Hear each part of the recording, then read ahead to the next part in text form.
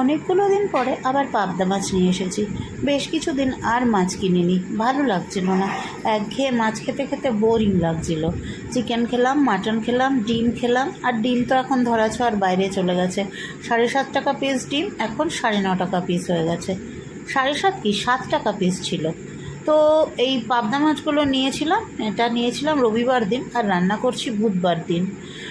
নুন হলুদ ভালো করে মাখিয়ে নিলাম, আর পাবদা মাছ ভাজার সময় একটু হালকা তেল মাখিয়ে নেবে। আমিও একটু তেল মাখিয়ে নিয়েছিলাম, তাহলে আর ছিটকে ওঠার ভয়টা থাকে না। তবুও মাঝে মাঝে ছিটকে ওঠে, তেল ছিটকে ওঠে। তখন আমরা কি করি বলো তো? আমি তো একটা ঢাকনা হাতে নিয়ে নিই। আমি বলি আমি পাবদা মাছ ভাজি ঢাল তরোয়াল হাতে নিয়ে।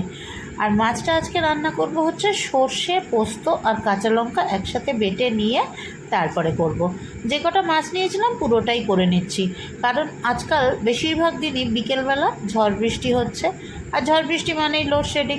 আর তখন মানে কারেন্ট যে কখন আসবে, লাইন যে কখন আসবে তার কোনো ঠিক থাকে না। দেখা যায় হয়তো 10 ঘন্টা 12 ঘন্টা পার হয়ে গেল। তাই ভাবলাম রান্নাটা করে নিই, তাড়াতাড়ি করে খেয়ে নেব, একদিন দুদিনে খেয়ে নেব। আর ভীষণ ইচ্ছা করছিল আইসক্রিম খেতে, ম্যাগনাম নিয়ে এসেছিলাম। ম্যাগনামের এই টেস্টটা কিন্তু দারুণ, জাস্ট দারুণ।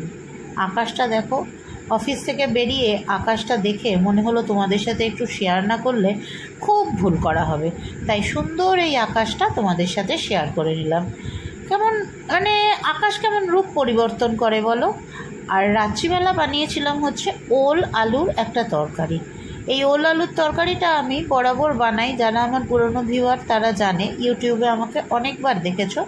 পেঁয়াজ, রসুন, আদা, কাঁচা লঙ্কা আর কোনো রকম সেরকম কোনো মশলা দিই না, দিয়ে এই ওলের তরকারিটা বানাই। একটু টমেটোও দিয়েছিলাম, আবার নিরামিষও করি মাঝে মধ্যে।